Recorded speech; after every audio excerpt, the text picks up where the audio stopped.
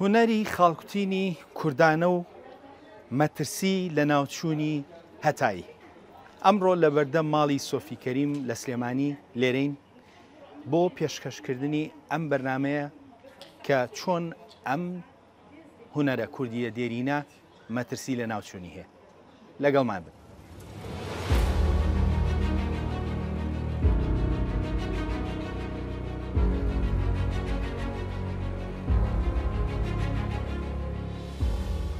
ئەمڕۆ خاڵکوتین بە شێوەیەکی بەرچاو باوێتی لە جیهاندا. ئەم شەپۆلە کوردستانیشی گرتوتەوە. شەپۆلەکە هێندە خێرا و کاریگەرە، تەنانەت خەریکە ناوەکەشی لە نێوانماندا لە خاڵکوتینەوە دەگۆڕێ بۆ تاتوو کە وشەیەکە لە 20 ساڵی ڕابردووە و لە زمانی ئینگلیزیەوە هاتۆتە ناومان. لە ڕابردوودا خاڵکوتین لە ناو کوردەواریدا شێوەی لێدانی جیاواز بوو و نەخشەکانیش بە تەواوی جیاواز بوون لەوەی ئەمڕۆکە بە تاتوو دەناسرێت.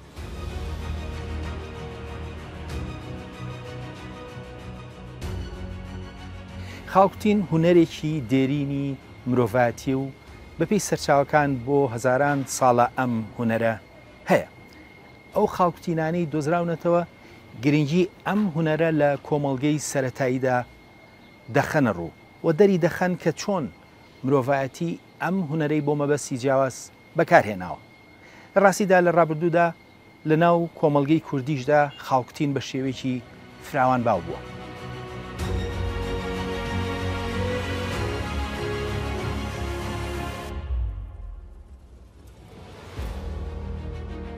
خاڵکوتین هونەر و نەریتێکی دێرینە و هەتا ئەم دواییە وا بڕوا دەکرا کە کۆنترین مرۆڤی خاڵکوترا و لە مێژوودا کە بناسرێت لە وڵاتی شیلی لە ئەمریکای باشوور دۆزرابێتەوە. بەڵام نوێترین لێکۆڵینەوە ئەو بۆچوونەی گۆڕیوە لەبەرەوەی کە هەندێک گومان لەسەر تەمەنی ئەوەی شیلی دروست بوو.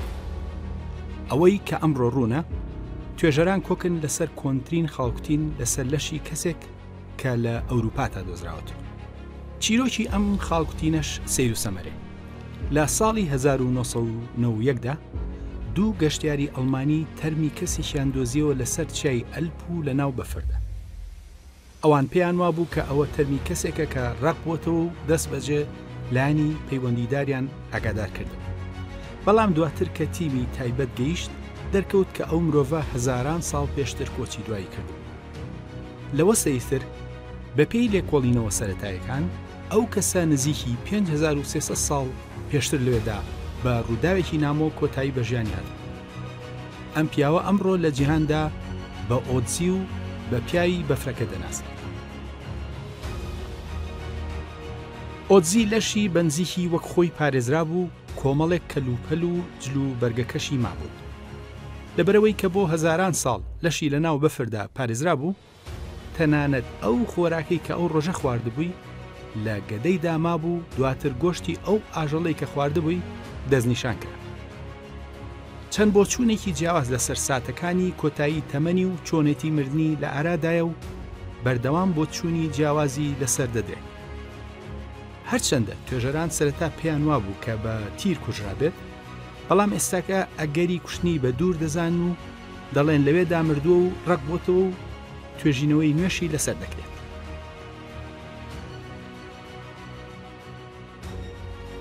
بەڵام ئەوەی کە گرنگە بۆ ئەم بەرنامەیە ئەوەیە کە ئەم پیاوە کە بە ئۆدزی ناسراوە 61 خاڵی کوتراوی پێوە. سەرڕایەوە لەوانەیە پرسیار بکرێت کە دۆزینەوەی تەرمی کەسێک لە ناوەندی ئەوروپادا کە خاڵکوتینی پێوەیە و نزیکی 5300 ساڵ لەمەوبەر کۆچی دوایی کردووە، پەیوەندی بە خاڵکوتینی کوردی ئەو چییە؟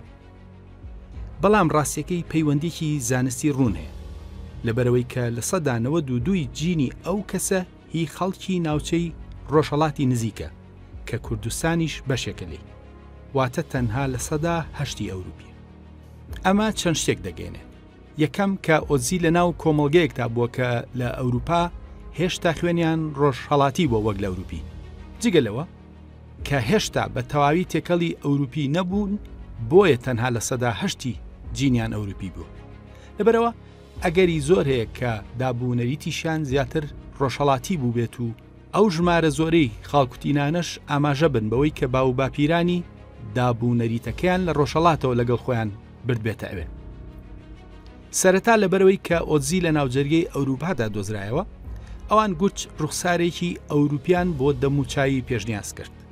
بەڵام دوای دۆزینەوە نوێەکان دەڵێن دەبێت ڕەنگی پێست و ڕوخساری ئۆتزی بگۆڕێت بۆ ئەوەی کە گزارش لەو جینە بکات کە هەی بۆ و زیاتر ڕوخسارێکی ڕۆژهەڵاتی هەبێت وەک لە ئەوروپی.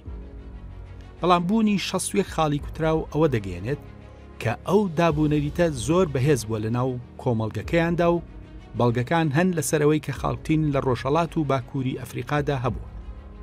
کۆنترین خاڵکوتین لە ناو میسرەکاندا دۆزراوەوە و بەنزیکی 5000 ساڵ لەمەوبەر خەمڵێنراوە، هەروەک لەم وێنانەدا دەبینێت.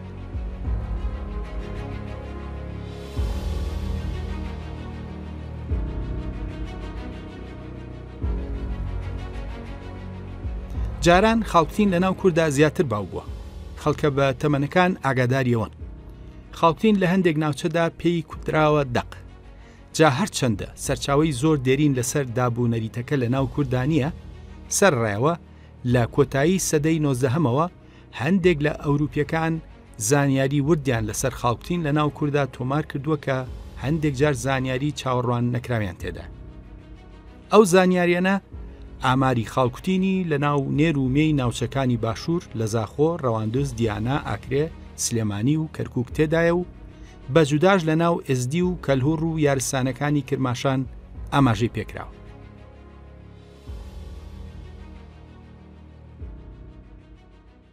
ئەم هونەرە لە کوردەواریدا و لە ناوچەکانی باشوور و ڕۆژهەڵاتی کوردستان بە خاڵکوتین دەناسرێت، بەڵام لە باکوور و ڕۆژاوای کوردستان بە دەق.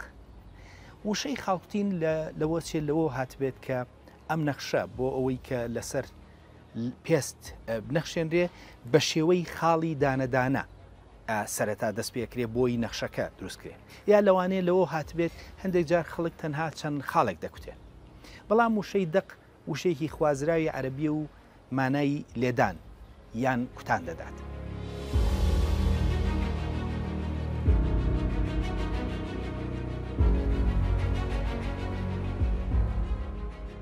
وەک پێشتر ئاماژەی پێکرا، لە سەدەی 19ەمەوە ئەوروپیەکان زانیاریان لەسەر خاڵکوتین لە ناو کووردا تۆمار کردووە. کۆنترین ئاماژەکردن کە بناسێت لەسەر خاڵکوتینی کوردانە لەلایەن پیاوێکی فەڕەنسیەوە بە ناوی مۆرگن. مۆرگن لە کۆتایی سەدەی 19ەمە دێتە کوردستان و دەچێتە ناوچەی کرماشان. ئەو لەوێ زانیاری لەسەر زاراوە کوردیەکان و خاڵکوتین لە ناو ئەو ناوچەی کوردستاندا تۆمار دەکات. دواتر ئەو زانیاریانە و نەخشە کوردیەکان لە ناو ژناندا، نەخشی خاڵکوتین لە پەرتووکەکەیدا بڵاو دەکاتەوە. مۆرگن پەرتووکەکەی لە ساڵی 1895دا لەژێر ناونیشانی نێردەی زانستی بۆ وڵاتی فارس چاپکراوە، بەڵام ئەو پێش ئەو ساڵە چۆتە ڕۆژهەڵاتی کوردستان. لەوێ ئاماژە بە خاڵکوتین لە ناوچەی کرماشان دەکات و دەڵێت کە لە ناو ژنانی ناوچەکەدا زۆر باو و بە تایبەتی ژنە بەتەمەنەکان. بەپێی مۆرگن ئەو سەردەمەش وردە وردە دابوونەریتە کوردیە دێرینەکە لە ناونەوەی نوێتردا ڕووی لە کەسبوون کردبوو، لە ناو بەتەمەنەکاندا زیاتر هەبوو بوو. مۆرگن دەڵێت کە ژنان لە پیاوان زیاتر خاڵکوتین دەکەن و ئەوان لەسەر دەموچاو دەست و قاچ و هەموو لەشیان دەیکەن. بەڵام وا دەردەکەوێت کە ئاماژەکردنی مۆرگن بۆ هەموو لەش بەگشتی بێت و بەڵگەی بۆ ئەوە نەداوە بەدەستەوە. دواتر وێنەی نەخشی خاڵکوتینی سەردەموچاو و دەستی خسۆتە ڕوو. هەرچەندە بە وێنەکەدا دیارە مۆرگن وێنە کێشی زۆر بە توانە نەبووە، بەڵام ئەوەی کە گرنگە ئەو کۆمەڵێک نەخشی خاڵکوتینی لە ناوچەی کرماشان لە ناو ژناندا تۆمار کردو.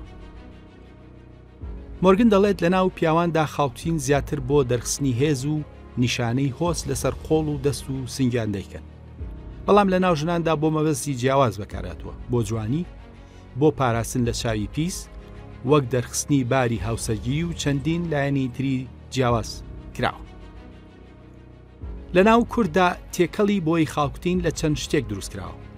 لە کرماشان لە ڕەشی چرا و شیری دایک و هەندێک جار ئاوی ڕۆکی تر، بەڵام لە ناوچەکانی تر هەندێک جیاوازی کەم هەبووە.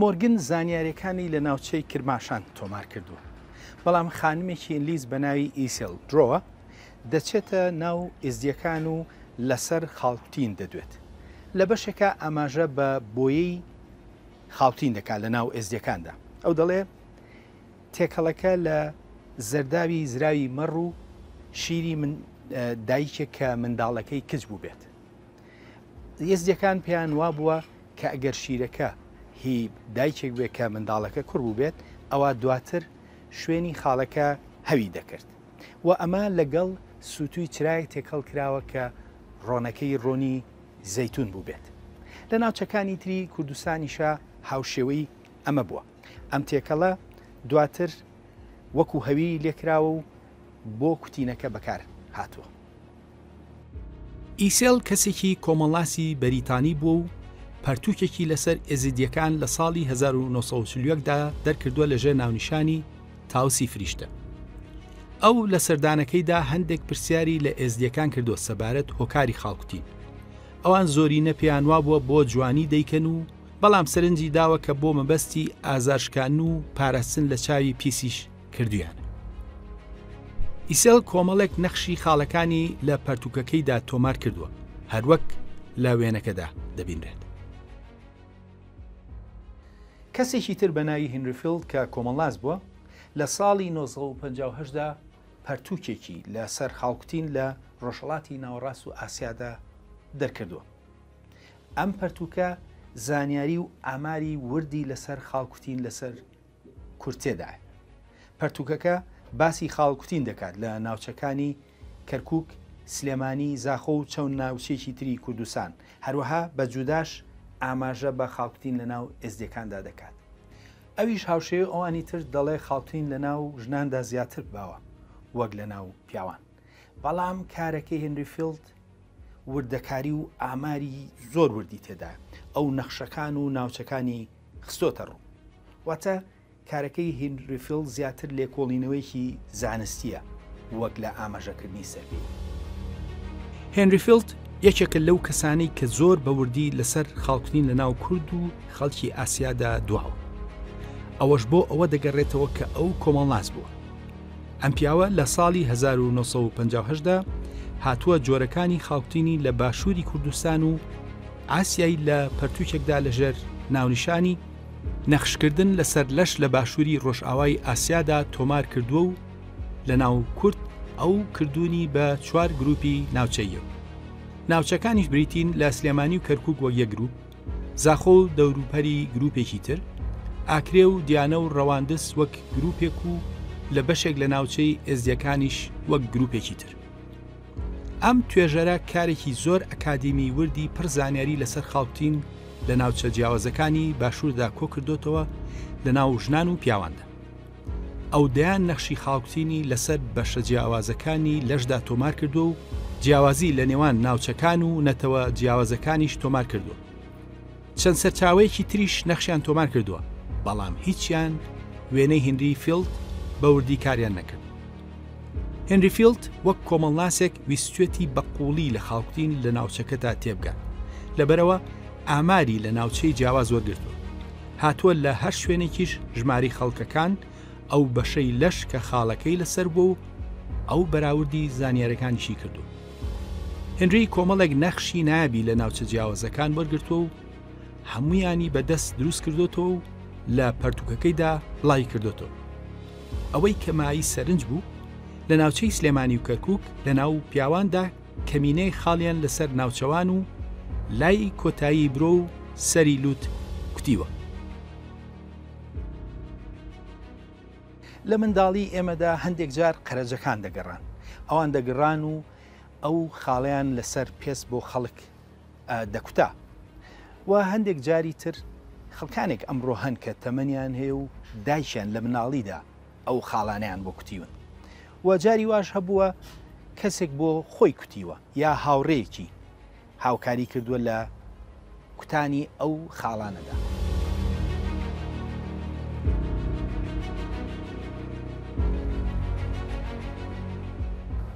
خاڵکوتینی کوردانە بەشێک لە هونەر و بیرروبۆچوون و دابوونەریتی کوردانەی تێدا هەشاردراوە لەبەرەوە تۆمارکردن و پاراستنی ئەم نەخشانە دەبێتە هۆی زیاتر دەوڵەمەندکردن و ناسینی فەرهەنگی کوردی بەداخەوە جگەل لەو کارانەی کە ئاماژەمان پێکرد شتێکی ئەوتۆ لە بەشەکانی کوردستاندا سەبارەت خاڵکوتین نەکراوە.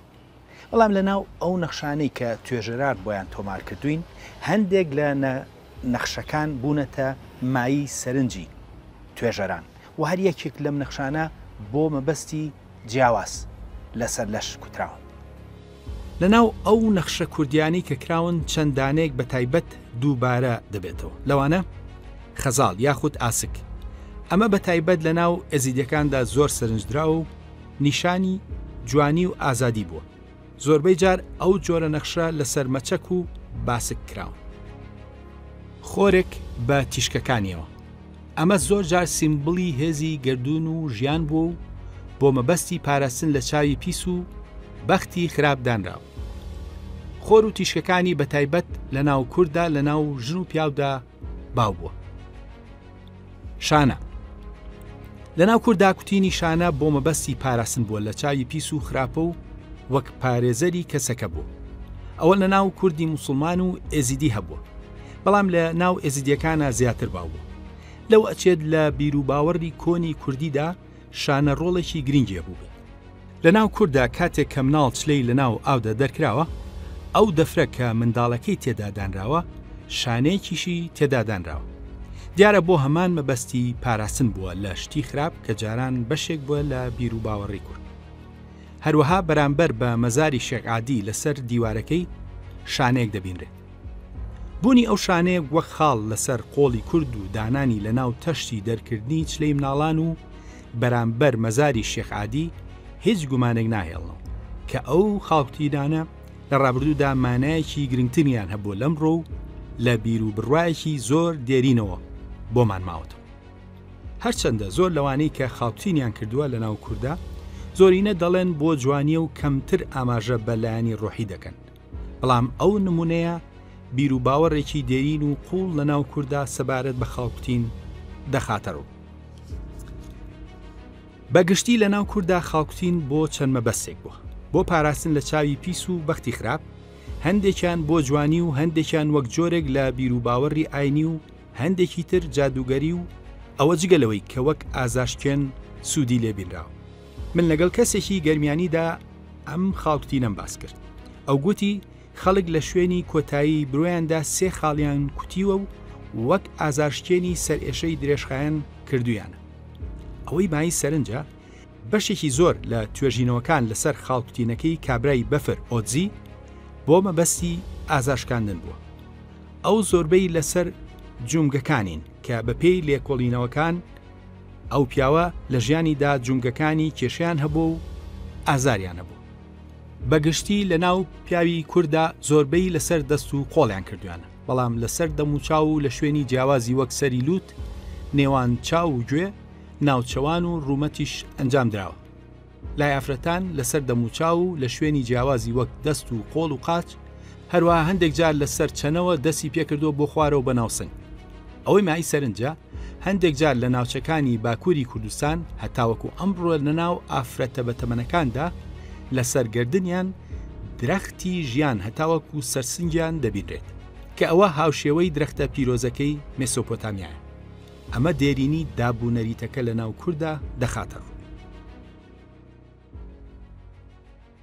ئەم هونەرە لە ڕابردوودا لە ناو کووردا وەک بینیمان زۆر باو بووە، بەڵام گومان لەوە دانیە کە ئەمڕۆ ڕووی لە کاڵبوونەوە و لە ژێر مەترسی لە ناو چووندایە.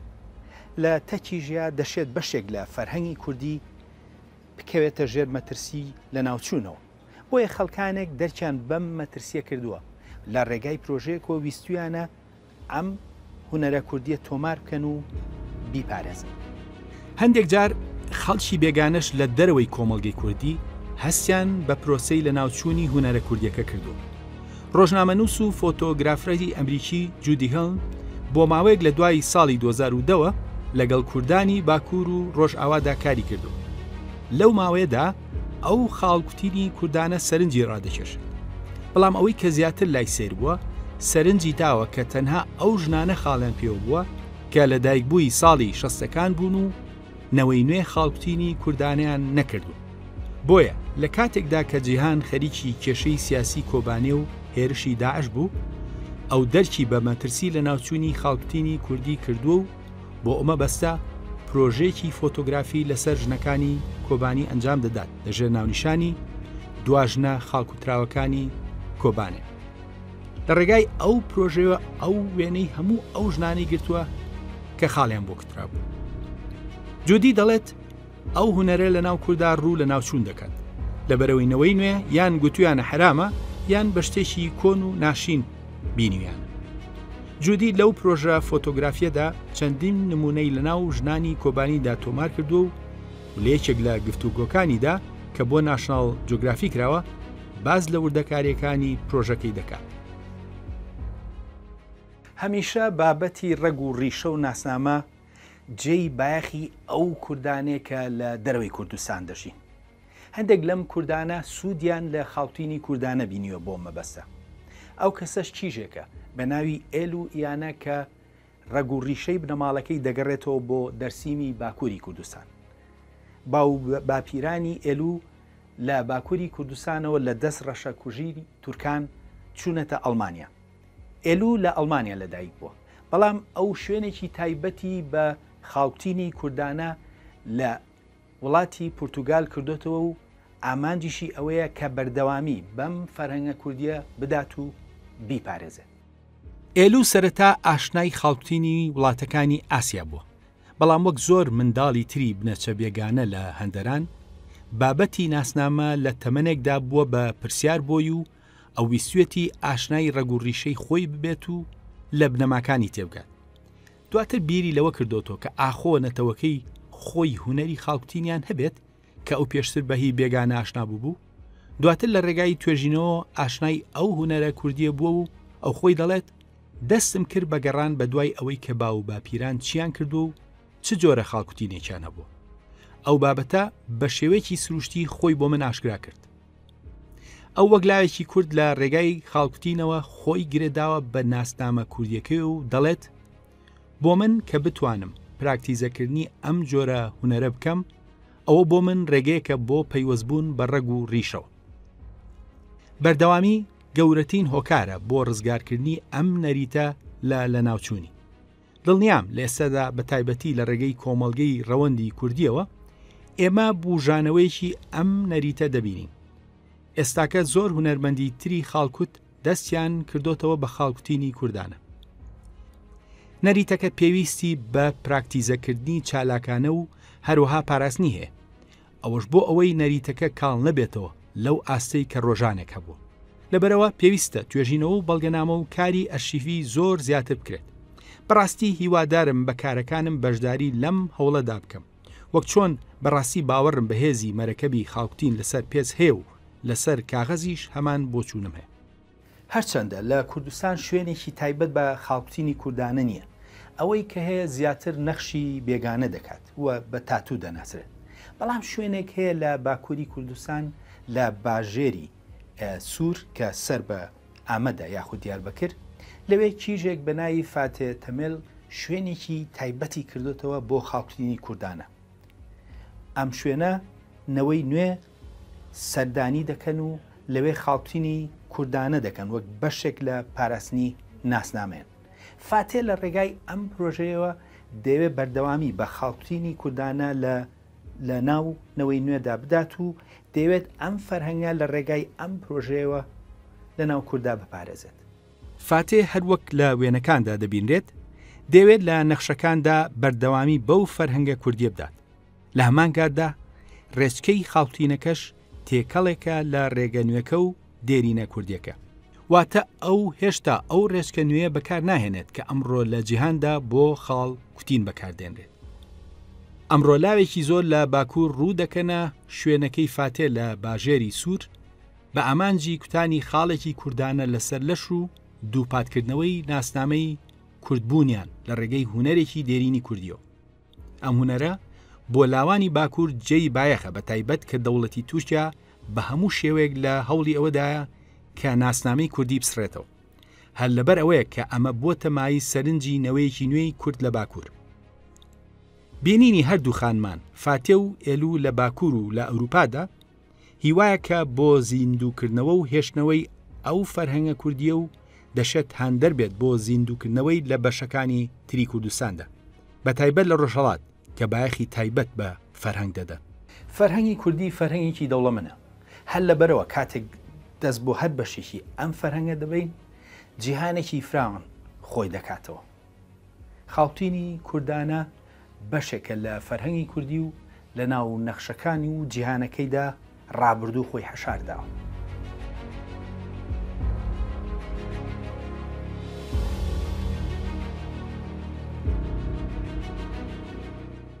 سەرڕای ئەوەی کە هونەری خاڵتوینی کوردانە ڕوو لە کاڵبوونەوە دەکات و شوێنی تایبەت بە خاڵتوینی کوردانە دەگمەنە، بەڵام چەند هەوڵێک لەم لاولا هەیە لە کوردستان و لە دەرەوەی کوردستان بە ئەمانجی پاراستنی ئەم فەرهەنگە. ئەم هەوڵانە زۆربیان لە باکووری کوردستاندان و ئێلو فاتێ نمونەی ئەو هەوڵانن کە ئەیانەوێ بەردەوامی بەم فەرهەنگە کوردیە بدەن و لە نەمان بیپارێزن بەو هیوایی کە بەشەکانی تری کوردستانیش چاو لەمان بکەن. بەرنامەی خۆناسین لە هەوڵی ئەوەدایە کە فەرهەنگ و مێژووی کورد بە خۆمان و نەوەکانمان بناسێنێت. ئەمڕۆ ئەم بەرنامێ تایبەت بوو بە خاڵکوتینی کوردانە. تا بەرنامەیەکی تر خواتان لەگەڵ.